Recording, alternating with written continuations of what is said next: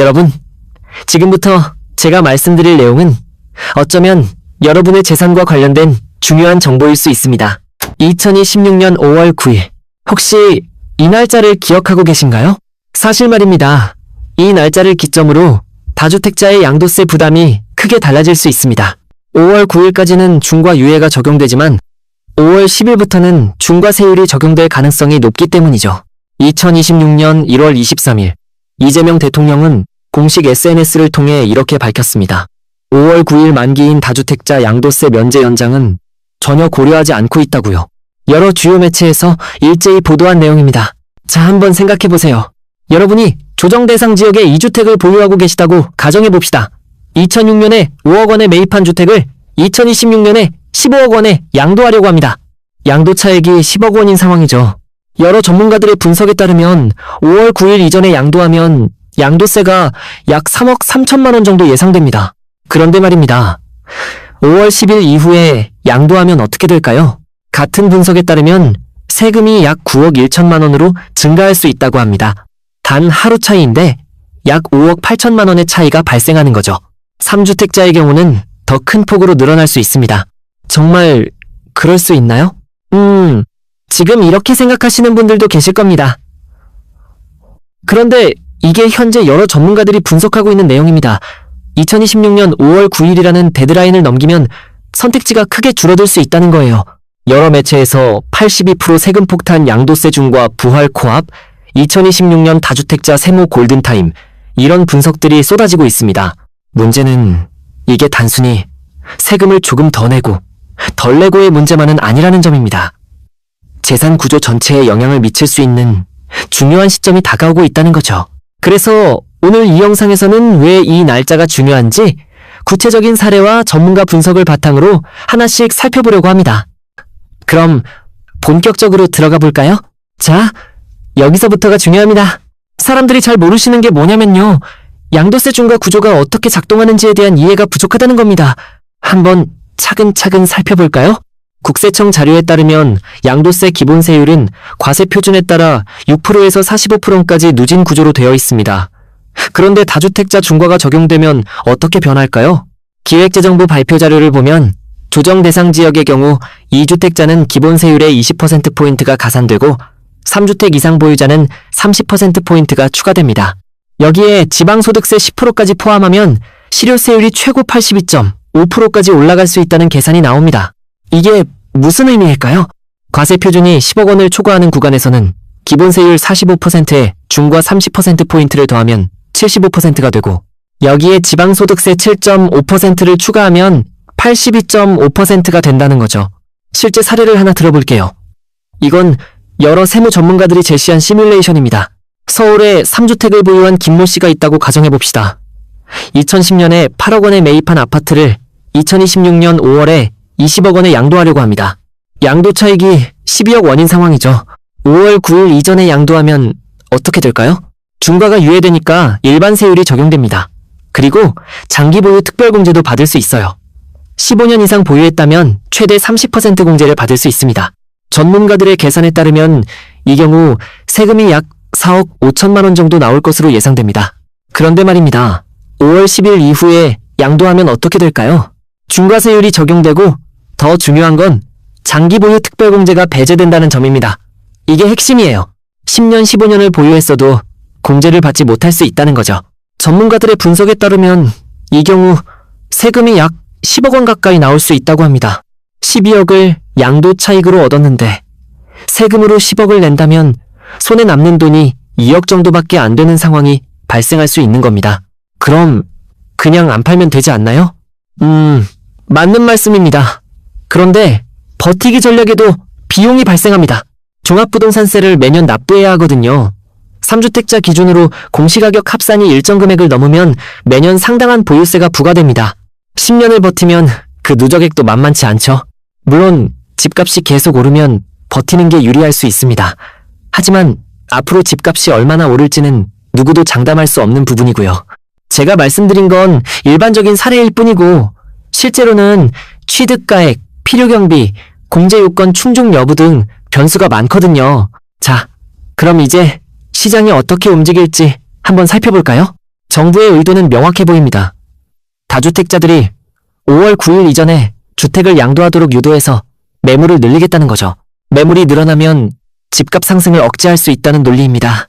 실제로 한국부동산원 자료를 보면 흥미로운 통계가 나옵니다. 서울의 다주택 보유 비율이 최근 31개월 만에 최저치를 기록했다고 합니다. 일부 다주택자들이 이미 주택을 양도하기 시작했다는 신호로 볼 수 있겠죠. 2026년 1월 현재 서울 아파트 매물이 일부 지역에서 증가하고 있다는 보고도 있습니다. 특히 일부 외곽 지역에서 세금 부담을 피하려면 지금이라도 팔아야 한다는 심리가 작동하고 있는 것으로 보입니다. 그런데 말입니다. 시장이 정부 의도대로만 움직일까요? 여기에 변수가 있습니다. 2025년 10월 15일에 발표된 부동산 대책을 기억하시나요?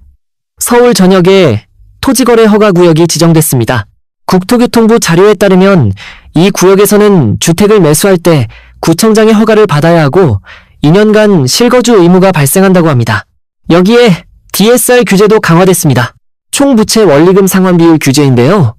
금융위원회 발표에 따르면 스트레스 금리 하한이 1.5%에서 3%로 올라가면서 대출 한도가 줄어들었습니다. 주택담보대출 LTV도 일부 지역에서 70%에서 40%로 축소됐고요. 자, 생각해보세요. 다주택자가 주택을 양도하려고 내놓는데 실제로 매수할 수 있는 사람이 제한적이라면 어떻게 될까요? 부동산 전문가들 사이에서도 의견이 나뉩니다. 한국건설산업연구원은 일부 급매가 나올 수 있지만 전체적인 매물 잠김 현상은 오히려 심화될 가능성이 있다고 분석했습니다. 왜 그럴까요? 다주택자 입장에서 보면 이렇습니다. 지금 양도하면 세금을 상대적으로 덜 내지만 그래도 수억 원을 납부해야 합니다. 그런데 서울 아파트 가격은 계속 상승세를 보이고 있어요. 한국부동산원 통계에 따르면 2025년 한 해 동안 서울 아파트 가격이 8.98% 상승했다고 합니다. 이건 19년 만에 최고 상승률이라고 해요. 조금만 더 기다리면 가격이 더 오를 텐데 지금 팔아서 세금만 많이 내는 게 맞을까? 이런 고민이 생기는 거죠. 그래서 결국 양도하지 않고 보유하는 선택을 하는 경우도 많을 것으로 예상됩니다. 결국 5월 9일을 전후해서 시장은 두 가지 방향 중 하나로 움직일 가능성이 있습니다. 급매물이 나오면서 일부 가격 조정이 있거나 아니면 매물이 더 잠기면서 거래량만 줄어들거나. 여러분은 어떻게 생각하세요? 자, 이제부터는 다주택자가 고려할 수 있는 선택지들을 하나씩 살펴보겠습니다. 크게 4가지 옵션이 있습니다. 5월 9일 이전에 양도하는 것, 5월 10일 이후에 양도하는 것, 자녀에게 증여하는 것, 그리고 계속 보유하는 것. 전문가들의 분석을 바탕으로 하나씩 들여다볼게요. 첫 번째, 5월 9일 이전 양도 시나리오입니다. 앞서 예시로 든 케이스를 다시 가져와 볼게요. 양도 차익 12억 원, 15년 보유 상황입니다. 세무 전문가들의 계산에 따르면 5월 9일 이전에 양도하면 장기 보유 특별공제 30%를 받을 수 있습니다. 양도소득 금액이 줄어들고 여기서 기본공제 250만 원을 차감하면 과세 표준이 약 8억 750만 원 정도 된다고 합니다. 기본세율을 누진 적용하면 양도세가 약 3억 3천만 원, 지방소득세 포함해서 약 3억 6천만 원 정도 예상됩니다. 12억 중에 3억 6천 정도 세금 내고 약 8억 4천만 원 정도가 남는 계산이죠. 실효세율로는 30% 정도입니다. 두 번째, 5월 10일 이후 양도 시나리오입니다. 같은 조건인데 중과가 적용되는 경우입니다. 장기보유 특별공제가 배제되니까 양도소득 금액이 그대로 유지됩니다. 여기에 3주택자 중과세율 30%포인트가 추가되죠. 전문가들의 계산으로는 세금이 약 9억 9천만 원 정도 나올 수 있다고 합니다.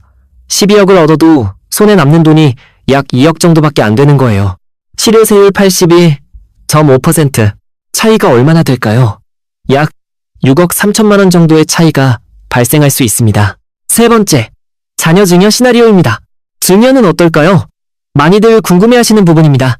세무 전문가들의 분석을 보면 시가 15억 원짜리 주택을 자녀에게 증여한다고 가정할 때 증여세 면제 한도는 자녀 기준 5천만 원입니다. 14억 5천만 원에 대해 증여세가 부과되는 거죠. 증여세율은 누진 구조로 되어 있어서 계산하면 증여세가 약 5억 2천만 원 정도 나온다고 합니다. 여기서 끝이 아닙니다. 조정 대상 지역 3억 원 이상 주택은 증여 취득세가 중과됩니다. 12.4%에서 13.4% 정도예요. 15억 원 주택이면 취득세만 약 1억 8천만 원 정도입니다. 증여세 5억 2천, 도서취득세 1억 8천. 합치면 약 7억 원입니다. 양도세 3억 6천만 원보다 오히려 더 많이 나올 수 있네요. 증여가 항상 유리한 선택은 아닐 수 있다는 겁니다. 네 번째, 계속 보유하는 시나리오입니다. 그냥 안 팔면 되죠? 맞는 말씀인데요. 보유 비용을 계산해봐야 합니다. 종합부동산세가 매년 나갑니다. 3주택자 기준으로 일정 금액 이상이면 매년 상당한 보유세를 납부해야 합니다. 10년을 보유하면 그 누적액도 상당하죠. 물론 집값이 계속 오른다면 보유하는 게 유리할 수 있어요. 하지만 앞으로 부동산 가격이 얼마나 오를지는 변수가 많습니다. 자, 이제 조금 다른 각도에서 살펴볼까요? 2026년 부동산 시장을 이야기할 때 빼놓을 수 없는 키워드가 바로 양극화입니다. 모든 지역이 똑같이 움직이지 않는다는 거죠. 한국부동산원 통계를 보면 흥미로운 현상이 관찰됩니다. 2026년 1월 기준 서울 아파트 평균 매매가가 15억 810만 원을 기록했다고 합니다. 처음으로 15억을 넘었다는 거예요. 19개월 연속 상승세라고 하네요. 그런데 자세히 들여다보면 지역별로 큰 차이가 있습니다. 송파구, 용산구, 서초구 같은 일부 지역은 월간 2%대 상승률을 보이고 있는 반면 일부 외곽 지역은 보합세를 보이거나 오히려 하락하는 단지들도 있다고 합니다.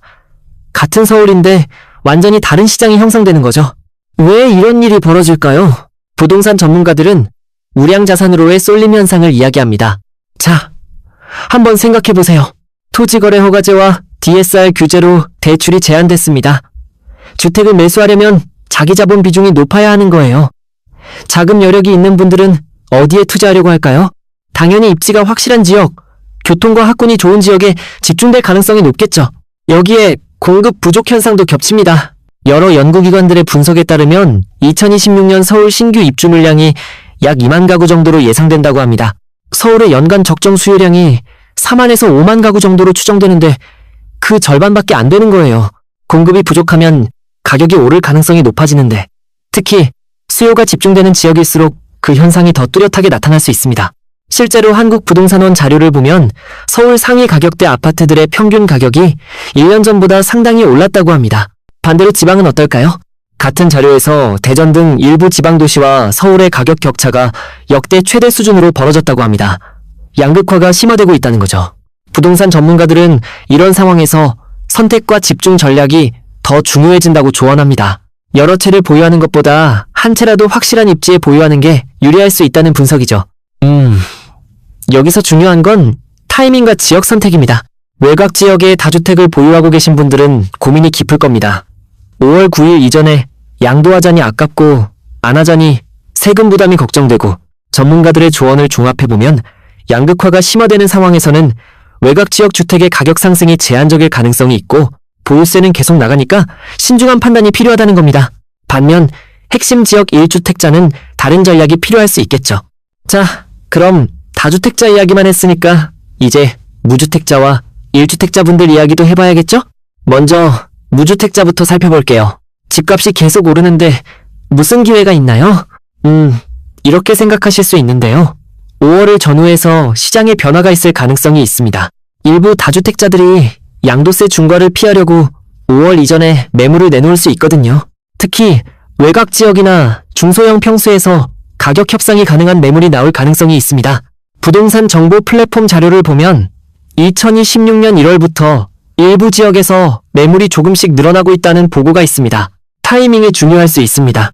전문가들은 3월 말부터 5월 초까지가 관심을 가져볼 시기라고 조언합니다. 다주택자들이 빨리 양도해야 한다는 압박을 느끼는 시기이기 때문에 협상력이 상대적으로 유리하게 작용할 가능성이 있다는 거죠.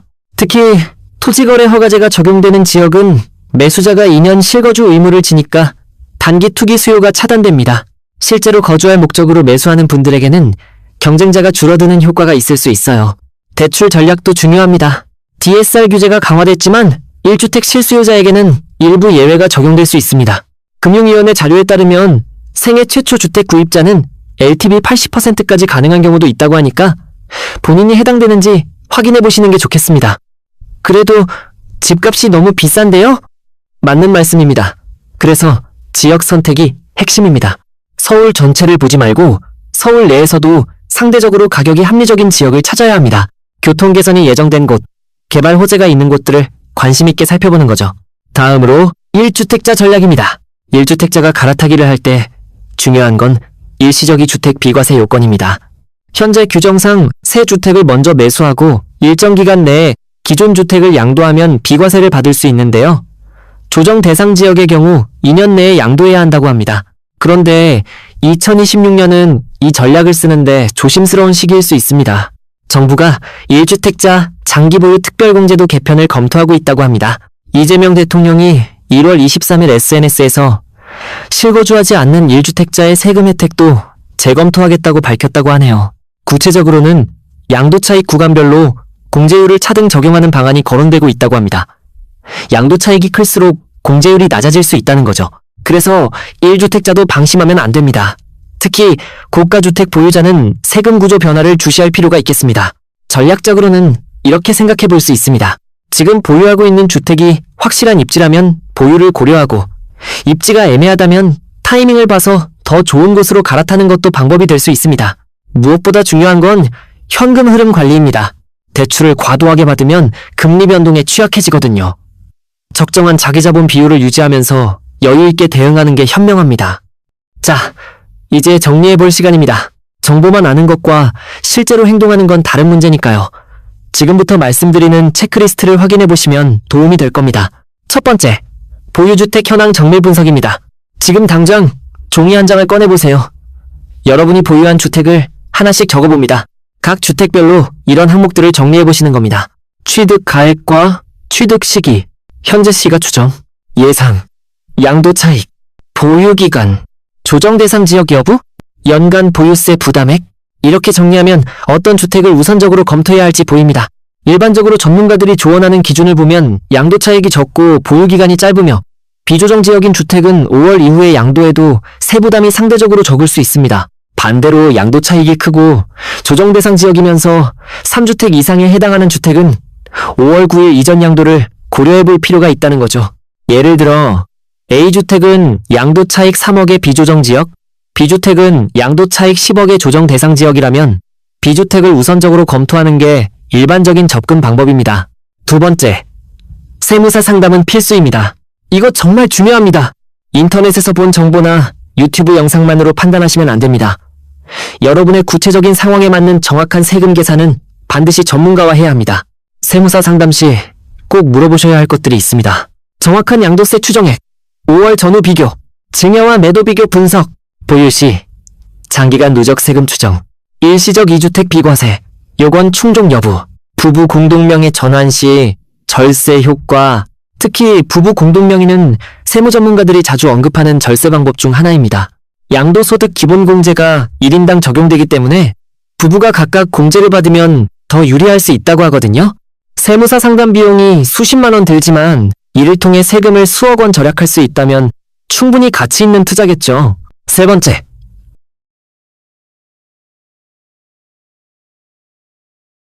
양도 일정 역산 계획입니다. 5월 9일이 데드라인이라고 했는데 중요한 건 계약일이 아니라 잔금일입니다. 양도세는 잔금을 받은 날을 기준으로 계산되거든요. 그러니까 5월 9일까지 잔금을 받아야 한다는 겁니다. 일반적으로 부동산 거래는 계약부터 잔금까지 2개월에서 3개월 정도 걸립니다. 역산하면 3월 초까지는 계약을 진행해야 5월 초에 잔금을 받을 수 있는 거죠. 특히 전세 세입자가 있는 경우는 더 복잡합니다. 세입자가 이사를 나가야 잔금을 받을 수 있는데 세입자 협의가 잘 안 되면 거래가 지연될 수 있거든요. 그래서 미리 세입자와 협의하는 것도 중요합니다. 정중하게 상황을 설명하고 필요하면 일부 비용을 지원하는 것도 방법이 될 수 있습니다. 마지막으로 심리적 준비도 필요합니다. 지금 양도하면 손해보고 파는 느낌이 들 수 있어요. 그런데 냉정하게 계산하면 5월 이후 양도하는 것보다 세금을 절약할 수 있다는 점을 기억하세요. 손해가 아니라 세금을 아끼는 거라는 관점으로 생각하시면 결정이 좀 더 쉬워질 겁니다. 이 시간 동안 여러분이 어떤 선택을 하시느냐가 재산에 큰 영향을 미칠 수 있습니다. 그래서 오늘 이 영상을 준비했습니다. 사실 말입니다. 제가 이 영상을 만든 이유는 정보의 불균형 때문에 손해를 보시는 분들이 생기는 걸 막고 싶어서입니다. 뉴스에서 대충 듣고 주변 사람들 이야기 듣고 뭐 별일 있겠어 하고 넘어가는 경우가 많습니다. 그러다가 나중에 예상치 못한 세금 부담을 지게 되면 후회하시는 거죠. 정부 정책을 비판할 수는 없습니다. 정책은 이미 결정됐고 5월 9일은 다가오고 있습니다. 중요한 건 그 정책에 어떻게 대응하느냐입니다. 주어진 상황에서 최선의 선택을 하는 게 현명한 거죠. 다주택자라면 5월 이전에 양도할지, 보유할지, 증여할지 결정하셔야 합니다. 숫자로 계산해 보시고 전문가와 상담하시고 냉정하게 판단하시는 겁니다. 감정이 아니라 계산으로 움직이는 거죠. 무주택자라면 3월에서 5월을 주목하시면 좋겠습니다.